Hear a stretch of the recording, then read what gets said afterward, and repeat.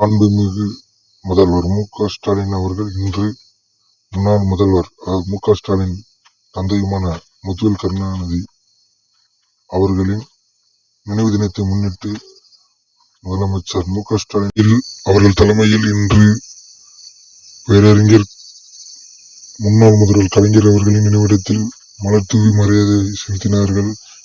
அத்துடன் துணை முதல்வர் உதயநிதி ஸ்டாலின் அவர்களும் கலந்து கொண்டு முன்னாள் முதல்வர் கலைஞர் அவர்களுக்கு மாலை மரியாதை செலுத்தினார்கள். மேலும் பேரறிஞர் பெருந்தகை அவர்களின் நினைவிடத்திலும் மரியாதை செலுத்தினார்கள். முத்தமிழறிஞர் கலைஞர் அவர்கள் வழியில் அயராது உழைத்த தலைவர் அவர்கள் தலைமையில் மீண்டும் கழக அரசை அமைக்க இந்த நாளில் உறுதியாற்றினார்கள்.